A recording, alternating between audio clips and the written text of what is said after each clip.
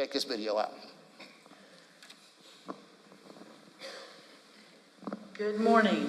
Well, you've heard about it for weeks now, and today is Commitment Sunday for the Trowels and Trumpets prayer campaign. You should find some little yellow commitment cards in your worship guides. There's also some located down here at the stage and some up in the balcony areas, one on each end and one in the middle. You can go ahead and fill those out, even though Pastor Ryan is going to be giving you some further instructions at the end of the service. I'd like for each participant to fill out one of those cards, even if you're going to be praying with your spouse or family members. That's going to get you registered to receive some weekly notes of encouragement from me. And as you leave today, please make sure to pick up one of the prayer guides, one per household, please. Know that I have been praying for you already, and I am excited to be on this journey with you. God bless. Good morning, Utica. Thank you to our orchestra for leading us in worship and leading us into the study of God's Word. I love that song, that melody of song, that group of songs they were playing together about God's grace. What a great topic as we think about Mother's Day, because I think that one of the greatest ways that God shows us His grace is by putting moms in our life. That they are a huge portion of God's grace for us. Moms, I also want to remind you that God's grace is what is available to you on a daily basis as you seek to carry out that work that God has put in front of you. And for those of you who are struggling today, as Joe mentioned, Mother's Day is not always a happy celebration day for everybody, because we've experienced a lot of different things as a congregation, and it may be that some of you are grieving today because of the loss of a loved one, the loss of a mom earlier, or maybe some moms who've had some children go on to be with the Lord. And I just want to remind you that that same grace is available to you to carry you through even days like this. Even though you walk through the valley of the shadow of death, God is with you and He will bring comfort to you. We want to talk this morning about a mother's work. You see that is the title of the message this morning, but you can see on the screen that we're kind of doing two different things at once during the message this morning, and also as we continue in worship throughout the service, because we're balancing Mother's Day and congratulating our mothers and blessing our mothers and speaking to our mothers, trying to encourage them in the job that God has called them to. But at the same time, as you see in front of us, and as you heard from Kathy Mabry on the video a little bit earlier today is Commitment Day for our Trowels and Trumpets campaign, this 35-day call to prayer within the church family, in which we're going to be challenging each one of you to make a commitment today to spend every single day between today and Father's Day, and to spend that in prayer. To take time every single day to pray with your spouse, with your kids, with your family, by yourself. One of the things that we're going to encourage you to do, for those of you who live in a household by yourself, is to kind of look around you throughout the sanctuary, throughout the church family, and begin to kind of spiritually link arms with some of the people who are around you that can be prayer partners for you throughout this campaign. You might wonder, what does the book of Nehemiah have to do with a mother's work? We don't know anything about Nehemiah's mother. There's no mention of her in this book. We don't know that Nehemiah was married. There's no mention of that. But one of the things that I see as I look at this great book and think about the work that God called Nehemiah to, is I think about the similarities between Nehemiah and between moms. You know, as we think about Nehemiah, probably the main thought that comes to our mind is that Nehemiah was a builder. He was the one that God commissioned to return to Jerusalem and to help rebuild the walls of Jerusalem. You'll see some notes in your sermon handout that just give you some of the background of the book of Nehemiah. You'll notice there that the action of this book takes place around the year 445 BC. Now, those of you who are familiar with Old Testament history know that that's after the Babylonian exile. Because God's people were not obedient, because they did not walk with the Lord in covenant relationship with Him as He had called them to. He allowed them to experience His wrath and His discipline by bringing them into exile in the nation of Babylon. But then the Medo-Persian Empire rose to power, and they conquered the Babylonians. And one of the greatest dates in Old Testament history for us is 539 BC, when King Cyrus, king of Persia, decreed that God's people could return from exile in Babylon and return to Jerusalem in their homes. And so we can read about that history throughout the books of Ezra and then in Nehemiah. But what we have here is that in Nehemiah chapter 1, Nehemiah receives a report about how God's people are still in distress, and partly because the walls of Jerusalem are torn down. If you notice the words of the text here in Nehemiah chapter 1, verses 1 to 3, the words of Nehemiah, the son of Hakaliah. Now it happened in the month of Kislev, in the 20th year, that would be the 20th year of King Artaxerxes, king of Persia, that's the year 445 approximately BC, as I was in Susa, the capital. It didn't really dawn on me until just earlier in the service. We're talking about Susa here in the book of Nehemiah. Susa in Persia, in the empire of Persia, would be what we know of as the city of Shush in modern-day Iran. And isn't that just like God to have us talking about Iranian brothers and sisters and reaching out to them with the gospel, even in a different country, but maybe capturing our attention and centering that on Iranian peoples here today. As we continue in the text, he was in Susa, the capital, that Hanani, one of my brothers, came with certain men from Judah, and I asked them concerning the Jews who escaped, who had survived the exile, concerning Jerusalem. And they said to me, the remnant there in the province who had survived the exile is in great trouble and shame. The wall of Jerusalem is broken down and its gates are destroyed by fire. So as we follow the action through the rest of this book, we see Nehemiah as a builder. God put it on his heart to return and to help rebuild the walls of Jerusalem. So he's a builder. Moms are builders. God has put moms in the lives of their children, in the midst of their families, knowing that they will build into them and build up the next generation. We think about Nehemiah as a great leader. In fact, many people have turned to the book of Nehemiah as a text on leadership. Of course, we know that it's so much more than that, because it's a text about God's movement and God's grace and God's strength and the cooperation of God's people. But we do see that Nehemiah is an incredible leader. And our moms are called to leadership.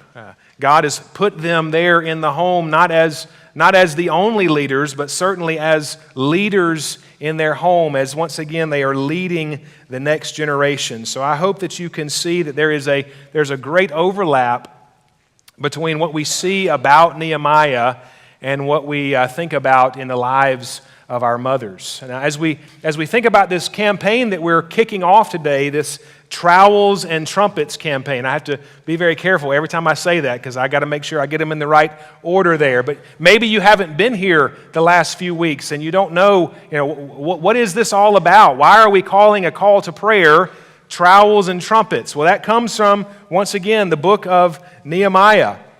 And so I want to show you some of those verses that we use to develop this theme, and you'll see throughout this book how pertinent this is for a mother's work. But we see this in Nehemiah chapter 4 and verse 14. This is that verse that KT introduced to us as he was summarizing the book of Nehemiah. Nehemiah is saying to the people, do not be afraid of them. That is the enemies, those who are opposing the work, those who do not want the walls of Jerusalem to be rebuilt. He says, do not be afraid of them. Remember the Lord, who is great and awesome, and fight for your brothers, your sons, your daughters, your wives, and your homes. Even that theme verse right there, I think, reminds us that this is more than just about Nehemiah. Nehemiah wasn't just concerned about the walls of Jerusalem. He was always concerned about the people. And here in verse 14, he makes it a family matter. You're going to fight for your brothers, your sons, your daughters, your wives, and your homes. This is not just a building project. This is a family project. This is a community project that God had put it on his heart to help restore the city of Jerusalem and help those families rise up and become the community that God had called them to be. But as I said, there were enemies all around. There was great opposition to the work. And so we see a few verses later in verse 17, as he's describing that work, he said, those who carried burdens were loaded in such a way that each labored on the work with one hand and held his weapon with the other. So there's the first part of the Trowels and Trumpets campaign that Nehemiah says as they were working, they held their work instrument in one hand. You can imagine they held that trowel. They held that tool that would help them to put mortar on the wall and to build those things together. So they had the trowel in one hand, but they had a weapon in the other. But we're not concentrating in this campaign on the weapon, but on one more element that Nehemiah talks about. Notice what he says down in verses 19 and 20.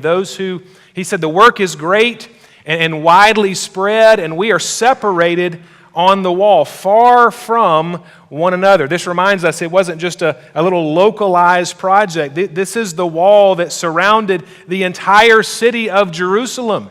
And so Nehemiah was reminding the people that when we're out doing our work, we're spread out.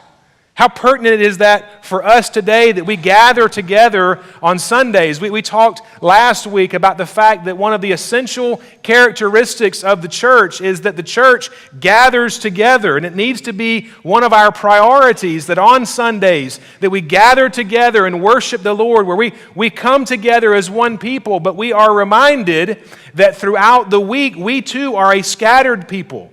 There is distance between us. And notice that's why Nehemiah had this idea of the trumpet. He said, in the place where you hear the sound of the trumpet, rally to us there, and our God will fight for us. So there's the imagery of our call to prayer, and I believe it's also the imagery of a mother's work. You have the trowel and the trumpet. You have in one hand the working tool. That which moms are using to do the work that God has called them to do. But in the other hand, there is that trumpet, recognizing that it's a hard work. It is a work that is going to meet opposition. It's going to have enemies. And so we need to be ready to rally together. And that's what we're doing in this prayer campaign. We are trying to rally together as a church and first call upon the Lord and recognize that His grace is desperately needed in our life, but also being able to spiritually link arms together and partner together and know that He's called us to this work. So just a few things about both a mother's work and also the work of this call to prayer that we are issuing today. First of all, you are called to a great work. Moms, you are called to a great work. Church, you are called to a great work as you think about this call to prayer. There aren't many things more important than what God is calling you to do. Moms, God has placed you in the presence of your families and has given you a work to do. And it is a significant work. Whether you're a stay-at-home mom, whether you're a mom that works outside the home throughout the week, no matter what kind of mom you are, a mother's work is a great work. You are called to a great work. As we said here in Nehemiah, it is a work of building. Notice what he says in Nehemiah chapter 2, verse 17. He says, you see the trouble that we are in, how Jerusalem lies in ruins with its gates burned. Come, let us build the wall of Jerusalem that we may no longer suffer derision. So it is a great work of building. As I think about that word build, it's the same word that the psalmist uses when he's talking about the work of building a family, building a home. Notice what the psalmist says in Psalm 127 in verse 1. It says, unless the Lord builds the house, those who build it labor in vain. You are called to a great work. You are called to help build into your family, to invest in your family. But this verse in the Psalms reminds us that you cannot do that alone. You cannot do that in your own strength. But you are called to a great work.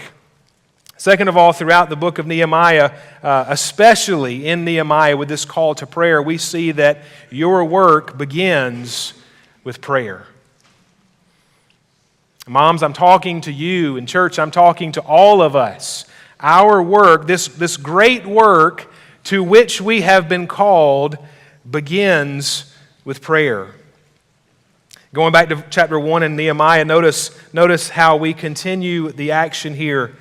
Beginning in verse 4, it says, as soon as I heard these words, as soon as Nehemiah received the report that the people of Jerusalem were still in great trouble and shame, it says, as soon as I heard these words, I sat down and wept and mourned for days, and I continued fasting and praying before the God of heaven. And what we see there in the rest of that passage is one of the 9 recorded prayers of Nehemiah throughout this book. That's one of the things that often gets overlooked about Nehemiah. We think about him and automatically we think builder and we think leader. But what we should think about Nehemiah is prayer warrior. Because Nehemiah all throughout this book is going before the Lord in prayer, always beseeching the Lord, asking for His blessing. Notice what it says in verse 6. Let your ear be attentive, Lord. Let your eyes be open to hear the prayer of your servant that I now pray before you day and night for the people of Israel, your servants. We've talked a lot over the last several weeks as we wrapped up our Grow Nights, and then also as we have prepared for this Trowels and Trumpets campaign. We've talked about the importance of prayer, and one of the words that has just surfaced over and over and over again about our prayer life is the need for a persevering prayer. And that's what we see here in Nehemiah. He says, Lord, listen to my prayer. Listen to the prayer of your servant that I pray day and night. Nehemiah is a great example that this great work that we are called to as a church and this great work that moms are called to in their families, that this work begins with prayer. If you fast forward to chapter 2, what you see is that 4 months have gone by. That's easy for us to miss as we're reading the text because the months that are listed here are not months that we're familiar with. He mentions in chapter 1 the month of Kislev. He mentions in chapter 2 the month of Nisan. Most of us don't have the Hebrew calendar, the lunar calendar memorized, but 4 months have passed. And so what we see with Nehemiah is it wasn't just a momentary prayer. It wasn't just something he prayed in that moment, but for 4 months, night and day, he was praying before the Lord, and he was asking the Lord's guidance. He was asking the Lord to work in the heart of King Artaxerxes because Nehemiah recognized that our work begins with prayer. That's why we see a little bit later in this paragraph when the king recognizes that something is wrong with Nehemiah and he says, what's wrong? What do you need? And notice verse 4. The king said to me, what are you requesting?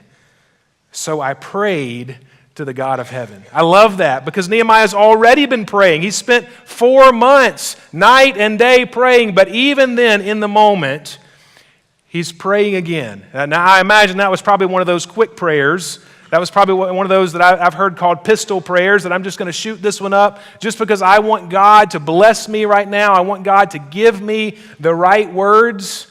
And church, sometimes that's all you have in the moment. But that's why the prayers can't just be in the moment. They have to be persevering prayers because our great work begins with prayer. But church, one of the things that we need to see is that our great work does not end in prayer. This great work to which we are called begins with prayer, but it does not end there. And what we see in Nehemiah is he wasn't just a prayer warrior. He wasn't just somebody who wrote down the prayer request and said, okay, I'm going to do my job. I'm going to sit down and I'm going to pray about this and I'm going to persevere in my prayer life. But no, Nehemiah was willing to be the answer to his prayer. As he was praying to the Lord, he said, send me, Lord. And that's his request to the king, send me to Judah that I may rebuild. Moms, you need to be reminded in church, we all need to hear that the work begins with prayer, but it does not end there. Notice what we read a couple of chapters later in chapter 4 in verse 6, where it says, all the wall was joined together to half its height, for the people had a mind to work. And Nehemiah was one of those people. He called the people to a great work. He was calling them together, reminding them that that great work begins with prayer, but it does not end there. They were a people that were willing to do the work. As we think about that today, I don't know of any group of people that better encapsulates that image than our moms, willing to do the work.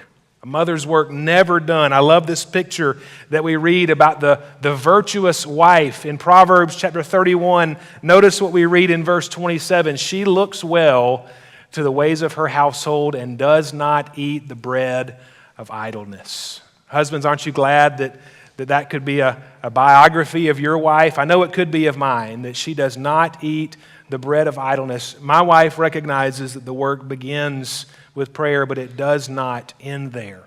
In church, one of the things that I want to encourage us as we enter into this Trowels and Trumpets campaign is to remind us of that very same thing, that work obviously begins with prayer. It is, after all, a call to prayer. It is a commitment for us that for the next 35 days, we are going to set aside time every single day to get on our faces before the Lord and to pray. Obviously, that work begins with prayer. But church, I want to remind you that it does not end there.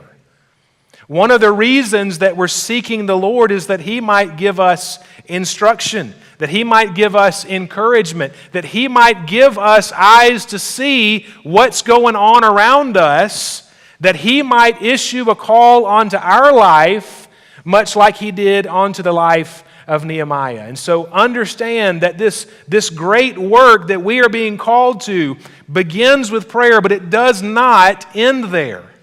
I want to encourage you to have eyes to see what's going on around us. I want us to encourage us to have a heart that is ready to receive instruction from the Lord.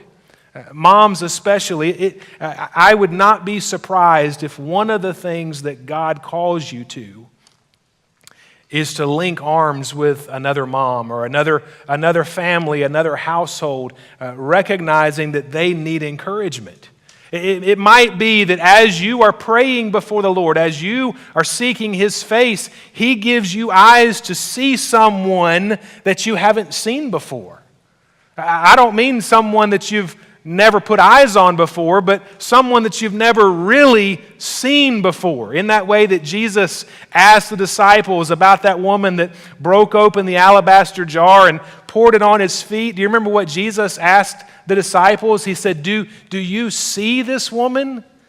I think so many times we get wrapped up in what God has called us to do and we forget there are other people around us. And I think that in this campaign, in this season of our church's life, God may ask you, moms, but also husbands and teenagers and our children who are in here with us, as you have eyes to see these things at school, God may ask you to get down in the difficult places with somebody else, recognizing that your work begins with prayer, but it does not end there. And one of the most encouraging things that I see about the book of Nehemiah is this next point, and that is that you do not work alone. God is not calling us to work by ourselves. We won't take the time to read the whole chapter right now, but that's really what chapter 3 is all about. It's about God calling people to work together. It's about all these different sections of the wall that Nehemiah assigned to the people living near that section. And so I love that imagery because it's a reminder to us that we need to bloom where we're planted, that we need to be at work doing kingdom work right where God has placed us to be. But then as we get out doing that work, we're going to see our neighbors over to our left, and we're going to see our neighbors over to our right, and we're going to be reminded that we do not work alone. There might be some of you here in this church that sometimes you feel alone. Maybe days like Mother's Day magnifies that feeling because it feels like everybody else is surrounded by a nuclear family and gets to celebrate. And it might be on days like this that you feel especially lonely. And I want to remind you that you do not work alone. One of the things that we want you to do with your commitment cards today is there's a place on there where you can check to see if you need some extra encouragement. There are prayer request sheets out on the table in the main lobby where you can communicate that with us. We've set up an email, prayer@uticabaptist.com, where if there are certain things that you're going through that might make this challenge especially difficult, we want to be able to encourage you. We want to be able to pray specifically for you, and we want to be able to remind you that you do not work alone. God has called us to a great work, and He is partnering us together that we might work on this great work. But I want you to also notice and know from the beginning that your work will be opposed. Your work will be opposed. Moms, your good work is opposed because we have an enemy that doesn't like it when we do kingdom work. We won't look at all these snapshots, but look at chapter 2 and verse 10, where it's a reminder that when Sanballat the Horonite and Tobiah the Ammonite, those are two different people groups who surround the city of Jerusalem, when they heard this, when they heard that the walls of Jerusalem were going to be rebuilt, it displeased them greatly that someone had come to seek the welfare of the people of Israel. Fast forward to verse 19, we see again when Sanballat the Horonite and Tobiah the Ammonite servant and Geshem the Arab, notice that the numbers are growing. Isn't that how it feels sometimes when we're being opposed? Now it's 3 people. When they heard of it, they jeered at us and despised us. Moms, you need to know in this great work that God has called you to that you do not work alone, but your work will be opposed because there's an enemy that doesn't want us to accomplish the kingdom work to which God has called us. Church, we need to know right here from day one that as we commit to praying on a daily basis, we will meet opposition. Satan wants nothing more than to knock us off the horse right at the beginning. We see that with Sanballat and with his group of friends here. They're trying to knock off the work even before it gets started. Our work will be opposed. Let me call your attention to one particular verse in chapter 3. Notice what we read in verse 3. It says, the sons of Hassenaah built the fish gate. They laid its beams, and they set its doors, its bolts, and its bars. That's one of those phrases that I probably would have just read right over. But Kathy Mabry, who has been praying for us, she's the one who was on the video. She's the one who is really behind this call to prayer. The Lord put it on her heart. She brought it to us, and He put it on our hearts. But I was talking with Kathy earlier this week, and she pointed to this verse. And she said, that phrase is found 5 times throughout this chapter. They set its doors, its bolts, and its bars. And she said, I wonder why that repetition is there. I wonder if that's a reminder that because of the opposition that we will face, we have to do everything we can to secure ourselves and to not leave ourselves vulnerable. What are some of the ways that we leave ourselves vulnerable?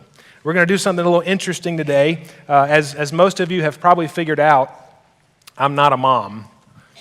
But I know a few, and I know one in particular. And so I'm going to ask Andrew to come up here and share what I think is some motherly perspective on some of the things that we're talking about. So Andrea, as we get started, this is my wife, for those of you who are visiting to Utica today. We've been married almost 18 years, and she's an incredible mom called to a great work. Here, you can take this. What are some of the ways that you think that moms in particular leave themselves vulnerable to attack?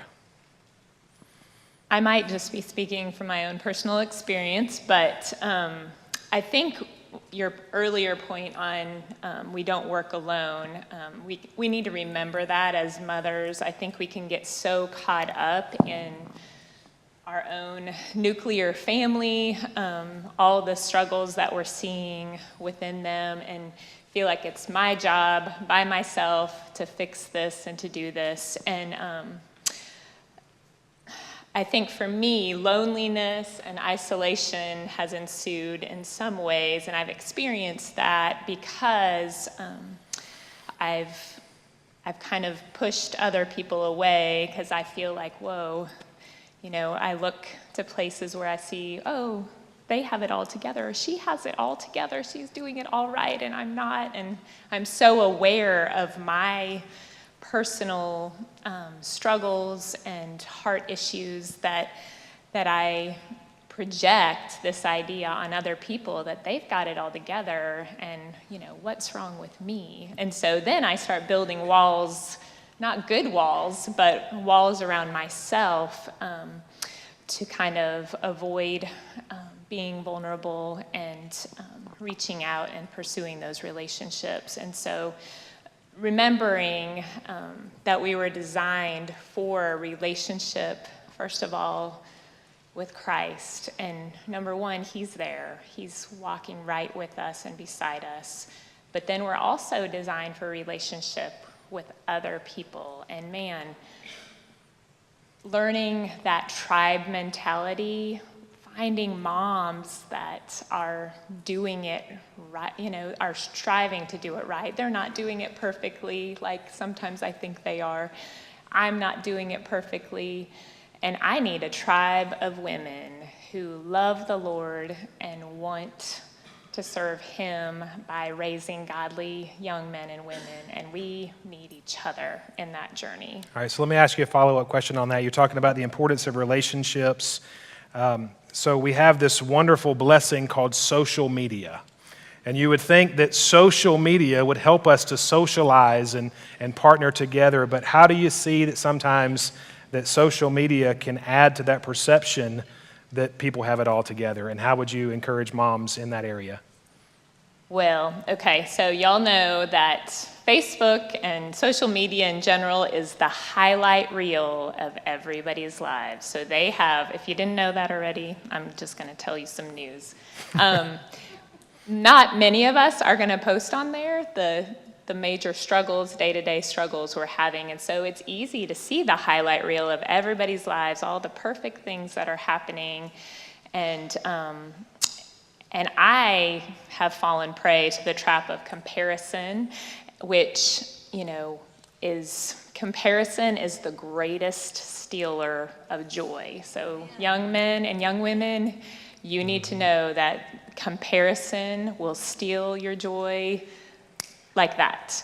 And so, and we get this idea, I think our teenagers probably struggle with this too, this fear, it's called FOMO, fear of missing out. And I've got to see what's going on in everybody's lives, but then we can also mistake that for actually having real relationships. Being on social media, you can think, oh, I know what's going on in their lives, and then we fail to actually reach out to those individuals because we've already seen everything that they're doing, and so we have this false conception that, oh, I've talked to them and I've been in it.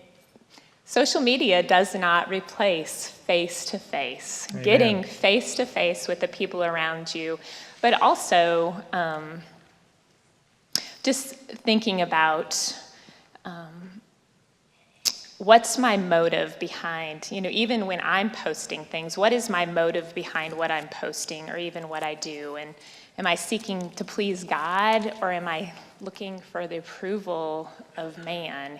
Those likes supposedly do some kind of thing in our brains that makes us feel wanted and needed, and am I using that to replace the affirmation that only God can give me? And I'm his, as women and moms, we need to remember we are his beloved daughters.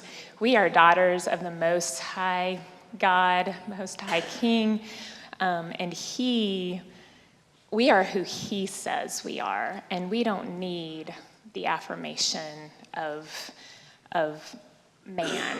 And that goes for our young men and our young women and men as well. But it's just, we need to remember that our identity is fully stayed in Christ. And I think as moms and as women, we struggle with that sometimes because we are looking to the wrong things. But the best thing, the final thing I wanted to say about that is the best gift that we can give our kids is our presence.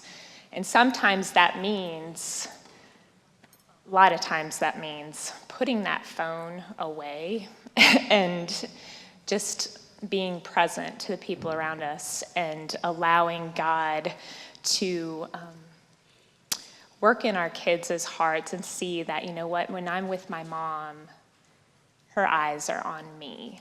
And she's there for me. And that may require a social media fast, or that may require something else, but God wants you to identify in your life, what is keeping me from being the mom that he's called me to be, or the person that he's called me to be. Those are some great reminders for how we can be vulnerable, so some good insight on that. There's a verse in chapter 5 that sometimes makes me think about moms. Nehemiah is talking about himself after he was appointed to be governor. It says, "From the time I was appointed to be governor in the land of Judah, neither I nor my brothers ate the food allowance of the governor." So here he is. He's rightly entitled to have that, but because of his leadership position, he's not doing that. What are some things that you feel like you have to give up sometimes as a mom that you're entitled to? Privacy. The idea of going to the bathroom alone,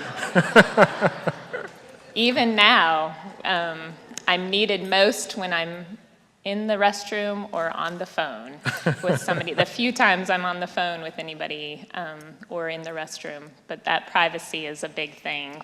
Sleep is a big thing, which can be a means by which the enemy attacks our minds. When we don't get good rest, then we are more vulnerable to attack as well. And so that's something you give up. And then for me, sometimes sanity is something that I give up.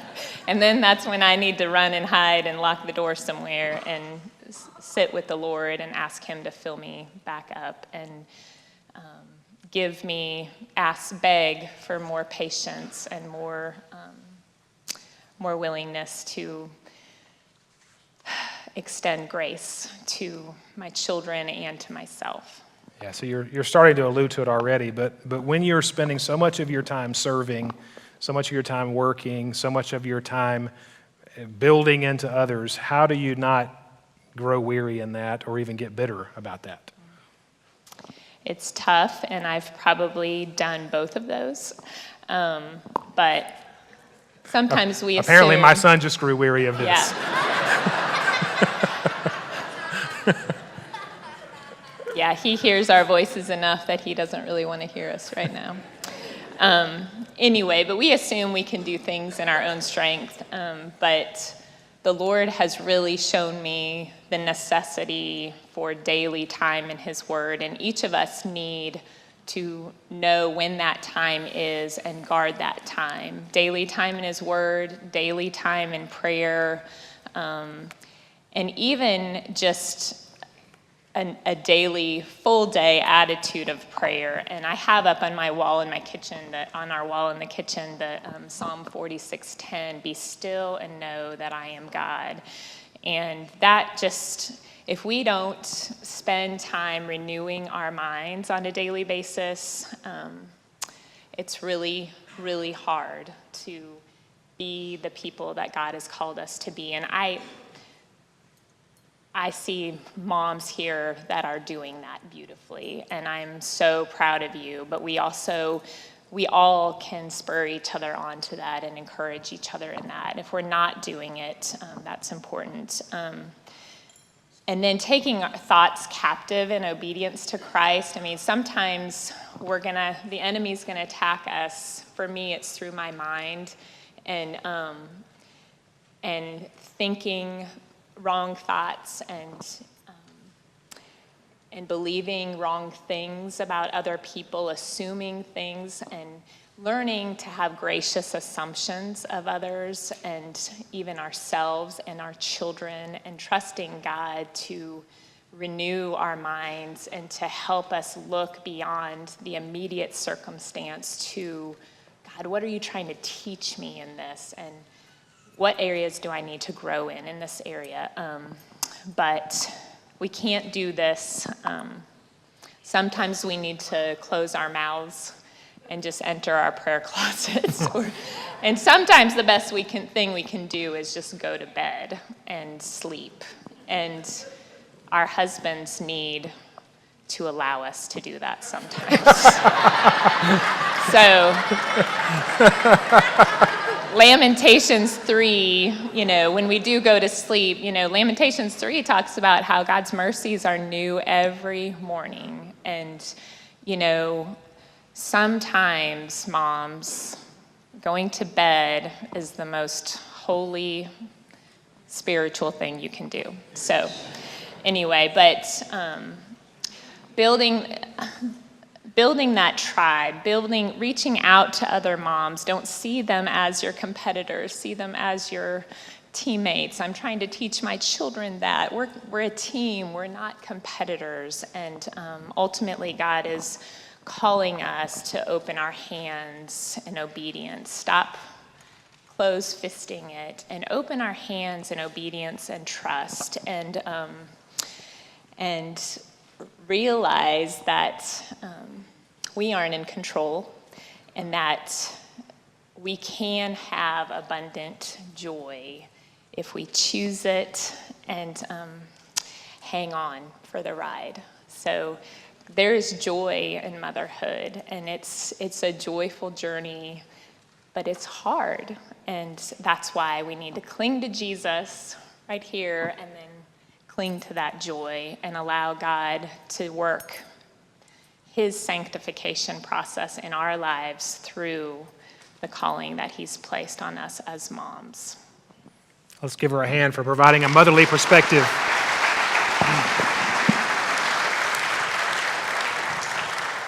It is a hard work, and whether you're praying or whether you're mothering or whatever God has called you to do, your work will be opposed. But one of the things that we see in this 5th chapter is that your work will be rewarded.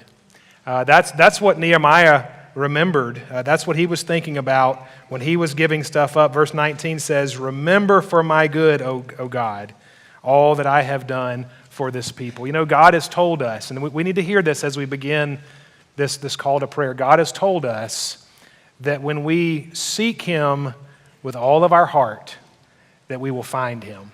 That's what it says in Jeremiah 29:13. "You will seek me and find me when you seek me with all your heart." That's what we're doing in this prayer challenge. We're going hard after the Lord. We are seeking his face. We're seeking his blessing. We're seeking his grace. And church, he will be found. And when we find God, we have found the very best reward. God's called us to a great work.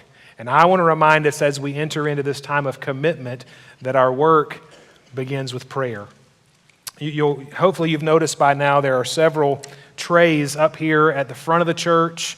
There are also 3 stations up in the balcony. There's one on each side, and there's one in the center up at the top there.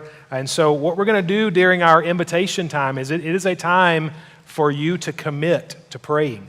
Hopefully you've already had a chance to fill out your commitment card. You can find that in the worship guide. If for some reason you don't have a worship guide and don't have a card, we have a few up here on the communion table. But we're asking that everyone during their response time would come forward, or in the case of the balcony, some of you moving backward, to demonstrate your commitment to pray.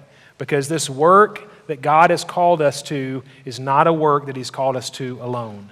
And we want to be able to encourage you. We want to be able to work alongside of you and pray alongside of you. And as I said, if there are specific things that for you may make this challenge especially difficult, we want you to let us know about those things so that we can pray for you, that we can encourage you, that we can come alongside of you. Because as we seek after the Lord, it's our way of saying, Lord, we need you.